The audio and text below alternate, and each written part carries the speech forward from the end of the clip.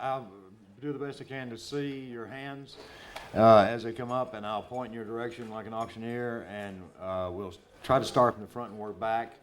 I have a lot of trouble seeing the back room because of the lights, so you might have to speak up. Mark? Yes? It's over here, Debbie. You don't have to worry about it. We have people coming in line. All right. So you don't have to worry about hands or anything. The questions Oh, will just come to cool. you. So you can relax. Oh, I love modern technology. I'm glad you got that mic. Okay. Mark and Kathy, I want to honor you very much for being here. No, we're honored with your especially being with the pain that you're in, Mark.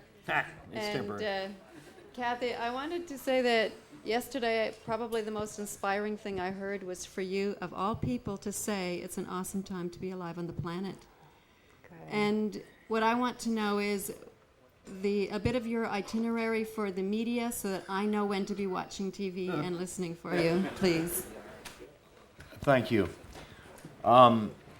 I learned in the last week that the media is not, well, some elements of it are not as evil as I had always envisioned. They're more like a low-class prostitute. They're in it for the ratings and the money. And if demonizing us makes them more money, then they'll demonize us. If exalting us makes them more, or makes their ratings go up, their ratings are consistent with how much they can charge for their advertising. Now, with all that set aside, I'm working as diligently as I can to screen those hundreds and hundreds of calls and literally thousands of emails that are piling up. My screen flickers until it looks like flash bulbs going off, and I can't tell anymore who's who as far as emails go. I'm only looking for certain ones, and our media schedule is as follows. Beginning Thursday night, we will be doing the Alan Combs of Hannity and Combs radio hour.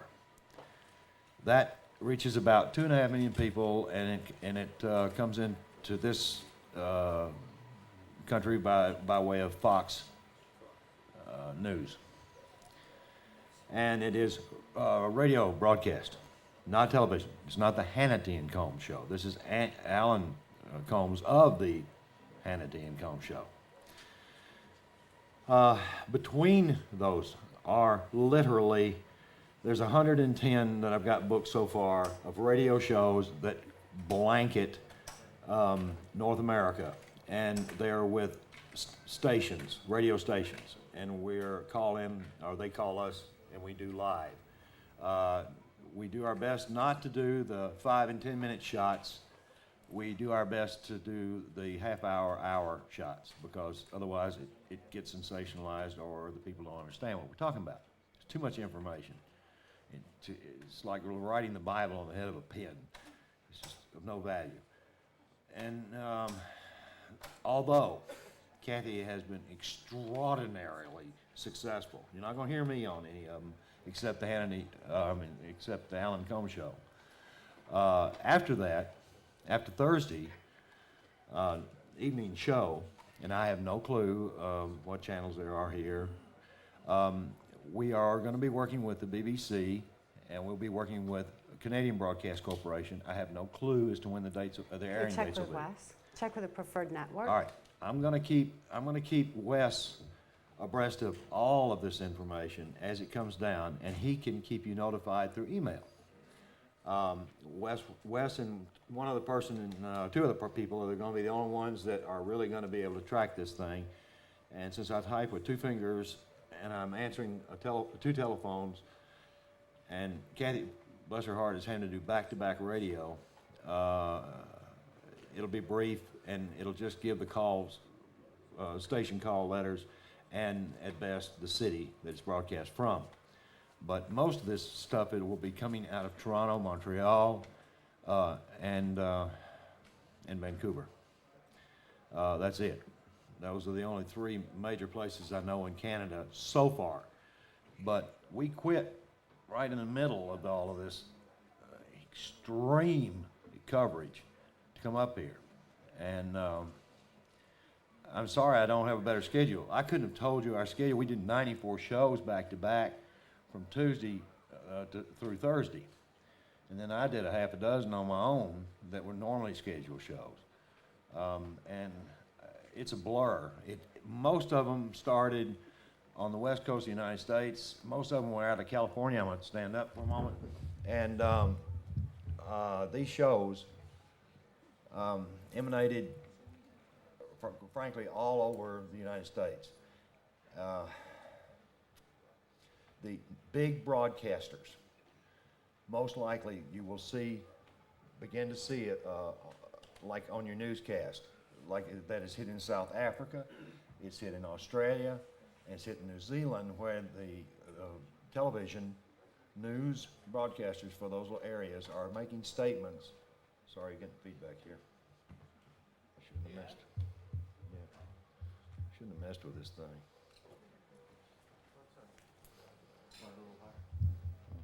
Oh, no, it's fine. I'm going to sit down. The majors across around the planet are picking this thing up, and they are putting it out on their TV news, local TV news broadcast. Like the Australian Broadcast Corporation put out through all their affiliates a little blurb that said, and further news, I'm just ad-libbing, charges of sexual abuse have been made against Vice President nominee Dick Cheney. More to follow. That's it. And then what we've done is we've done radio shows. We take it from that and with a strong determination, and for them not to sensationalize the sexual aspect, because it's so minor in comparison to the magnitude of mind control, what's happening in our societies, and of course, you all know what our intent and our motive is and has been for so many years. The fact that they might want to go in a sensational direction or do it to fuel their own partisan politics, whatever angle that they're taking, is something that we expect to encounter and yet be able to overcome and ensure that the word gets out the way that it needs to, so that other people won't have to go through what I've been through, and so that folks like yourselves can have the facts and a knowledge base of truth. We've gotten some extremely good advice from some professionals in the media business while we've been here. And I'm going to follow that advice to the letter. When somebody speaks and they're in the business and I know nothing about, I listen.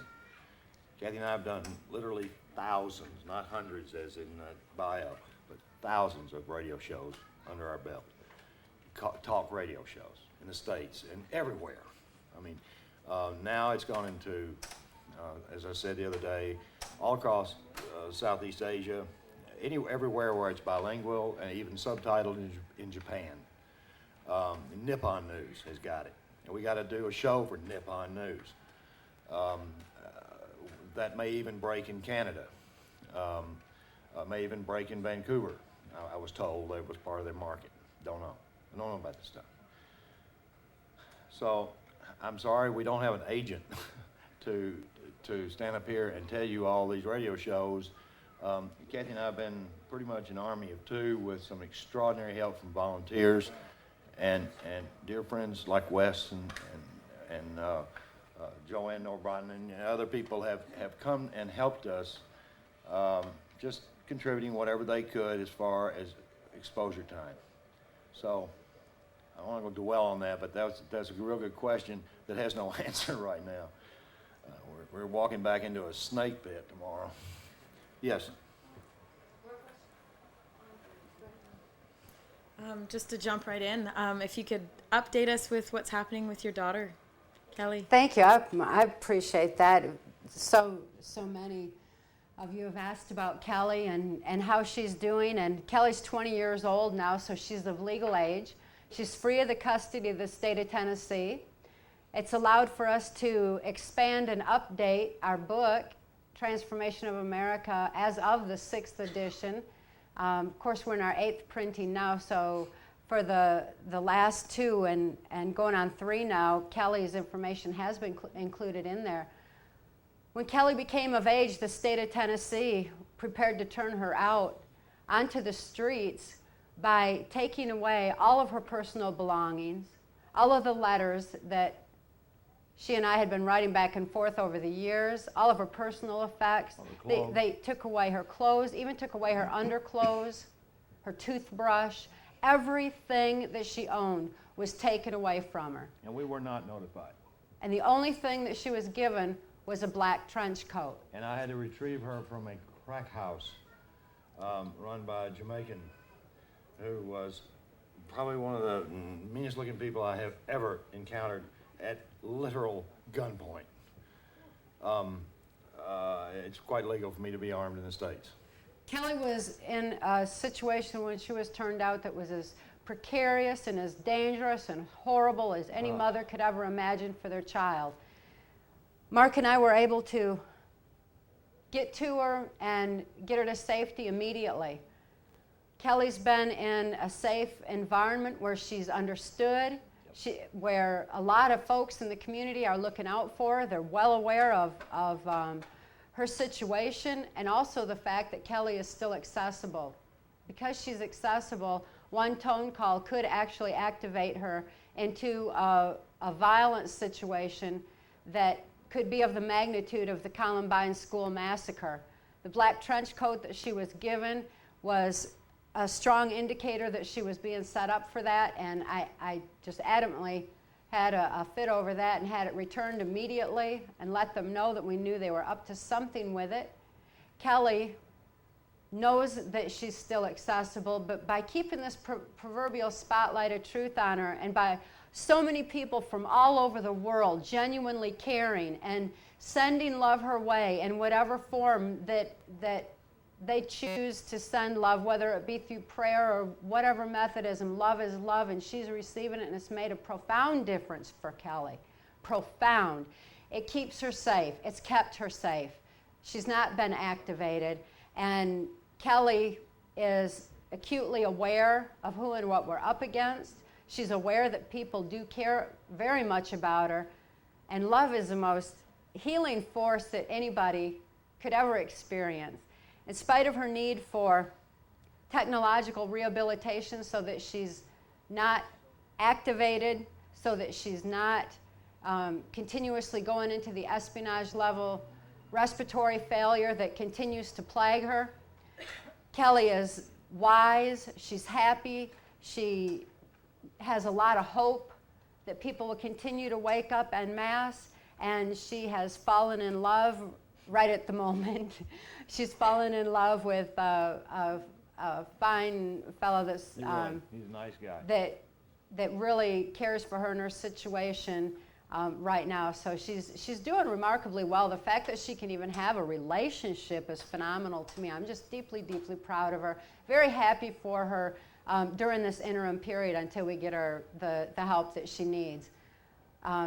Kelly maintains a lot of hope based on the same concept that I've adhered to for so long, and that's the whole fact that universal justice is so strong, and it's definitely tipped to the good side. After all that she's endured in her life, what does her future hold? It's going to be real good to balance out what she's been through, and it's going to be real exciting for her. So she's looking forward to what can happen once she's totally freed from their grasp. Yes, sir. Mark and Kathy, thank you again for coming up. It's just excellent to hear your story. And now, from a practical perspective, it's very easy to feel overwhelmed upon hearing your talk and reading the book and getting to know the story that's behind you. On a practical level, what can people do to have an impact on the community, to make the public more aware, make their politicians perhaps more aware, or make people who are in a position to create some change more aware of what's going on? Could you answer that? We don't need revolution, we need evolution. We need to get the leaders literally to follow us. I always adhere to the principle of Gandhi, non-compliance in mass, but it has to be in mass. You've got to have a mindset that literally spreads throughout the masses. The Westmans and all the other fine speakers, and good gosh, the lineup you had here that I didn't get to hear, there were 3 or 4 of them that I would have gladly traveled across country and given up our electrical power payment, delayed it a month just to have heard them, and I didn't get to. But bottom line is, those people are making a huge impact. What is happening in Canada? Unfortunately, I've been out of the loop. I've been in Australia, and I know a whole lot about Australia, and I know way more than I wished that's happening in the United States and within the United Nations. There is an internal revolution going on within these organizations that comprise what we call the global elite. There's not enough bad guys to go around. Good news.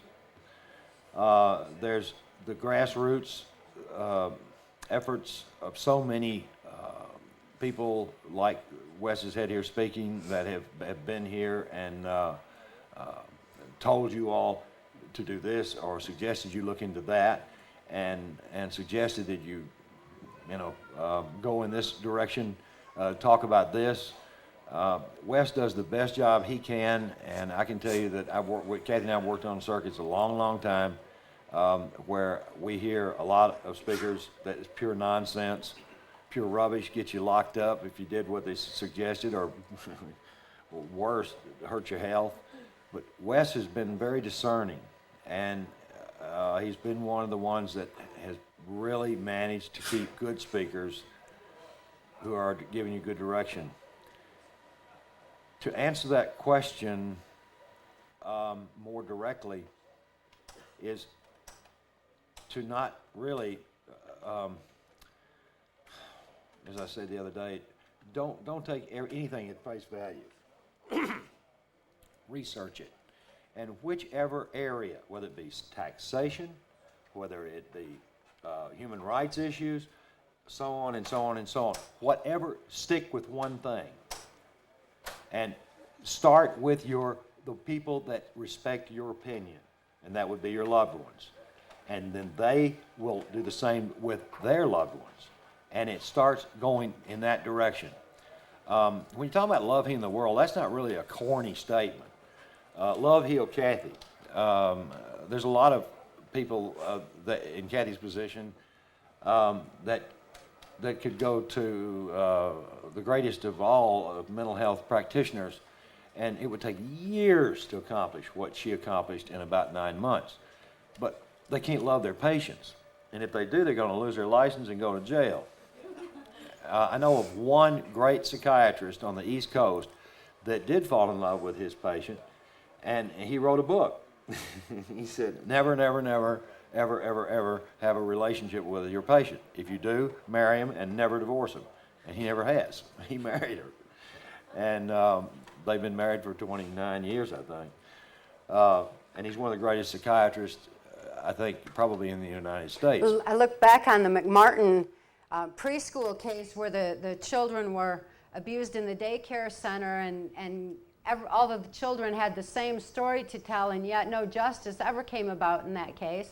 No one believed the children. No one listened to the children. This was back a few years. And the devastation that had on the kids and on the society, it set a precedent that was extremely negative, and yet opened some folks' eyes up to the fact that we need to start believing the children. We need to listen to what they're saying. As horrific as it is for us to believe, as much as we don't want to believe it, we need to listen to what they're saying and respond to them with love. Again, that would make all the difference in the world. A little understanding, a little bit of love goes a long way. There's an organization in New Zealand that is working with children on a global scale in the education program, the ones who've already been exposed to global ed, the ones who have already had their ability to critically analyze lessened so far that they have a hard time being creative and utilizing what they're learning in school. Taking away their ability to critically analyze and creatively use what they learn is actually becoming a detriment. It's not working. And the children need help to be able to have that back and to regain that back. She goes into the school systems. She goes into and teaches the organizations that are not only homeschooling, but are also caught up in the system already, to begin to teach the children creativity, to learn to expand their thinking, to think beyond what they've already learned, and to learn to question again. In so many ways, most people in society, most adults in society need the same thing. The ones that have been conditioned by television, by misinformation through the media, through control of information through the medias, or the kind of suppression of pertinent facts. We need to begin to reevaluate our knowledge base and learn to think further, to consider other perspectives, to be able to ask questions and look into the history that the children are learning in the schools. If you've got children in school, become involved in their education. See what it is they're learning, how they're learning it. Continue to teach them creative thinking at home. Those are enormous helps in areas like that. Teach mental health, how to understand and open their eyes. Strongly recommend that people take our book, because I know of the facts documented in it, and the credibility that the book is standing on at this point, and has for some time now. And it can make an enormous difference. Even though people don't want to believe that horrible of a truth, it ultimately will set them free. It ultimately helps people to think further and helps them to look at something that they otherwise wouldn't even have considered happening, the kind of horrific abuse that continues to proliferate, that's eroding at the very moral fiber of our societies, and that's ultimately hurting all of us. And it's essential that people have a knowledge base of truth again. So it's imperative that we continue to raise awareness and do it with a knowledge base of truth. And of course, anytime that you do pass out a book or spread the word in any way whatsoever, encourage others to look into it and research it further, because that is part of the process of learning to think further, is being able to do the research and ask the questions. We got a long line there, girl. Yes. Spoke a little bit about the harmonics technology that Kelly is suffering under. Can you, or Sure. do you want to speak a bit more Sure. about that? Just to Harmonics is going to be really one of the healing arts of the future.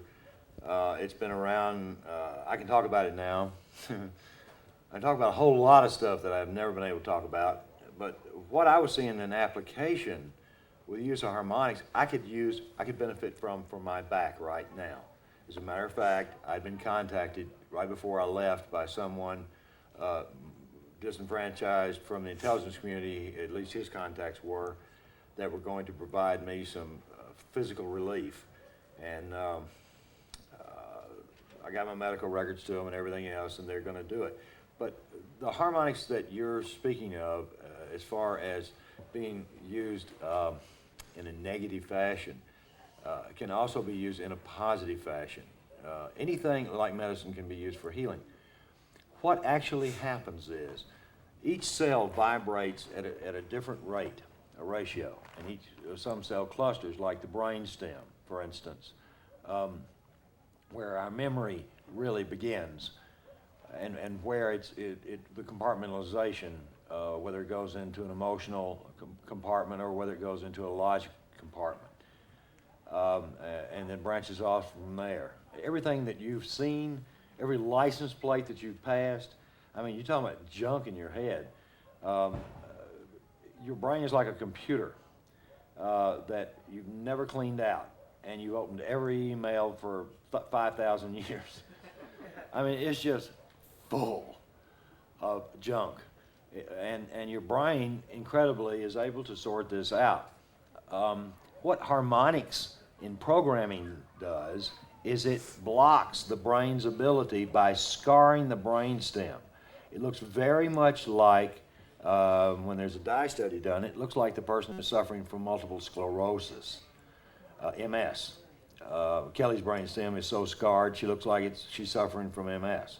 And that is harmonics, results of harmonic abuse and application in programming.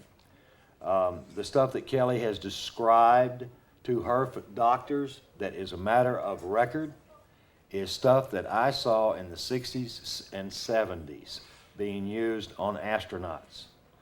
And I considered it quite benevolent. Matter of fact, I even subjected myself to it one time. And when Cathy, I asked her, she commented on harmonic hell in her writings. Well, I never, ever, I mean, there's no such thing as deprogramming.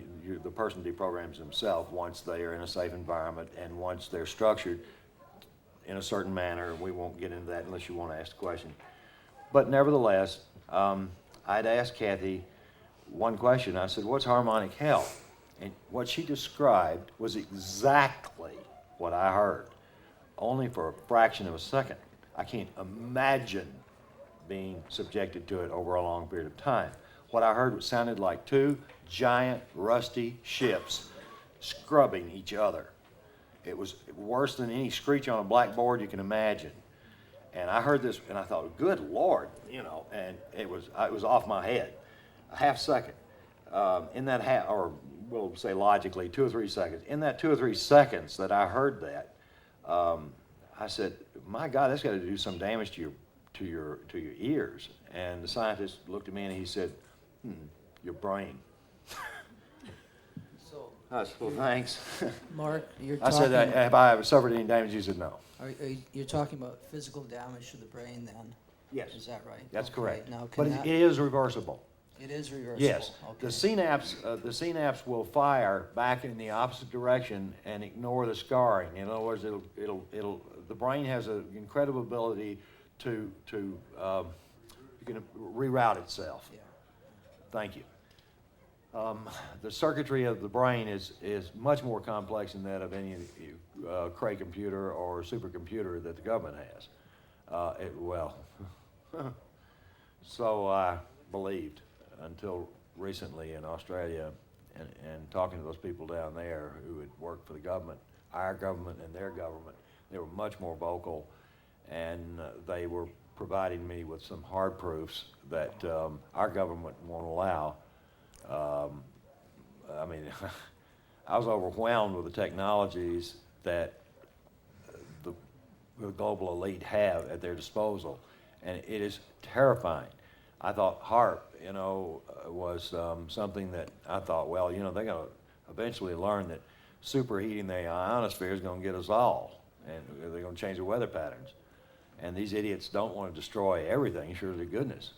Well, I was right and I was wrong, usual.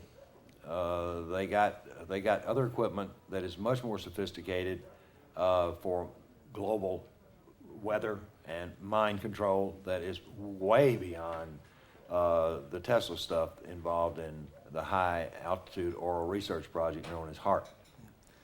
I'm just wondering if in Kelly's case there may be practitioners that are familiar with the technology that could help.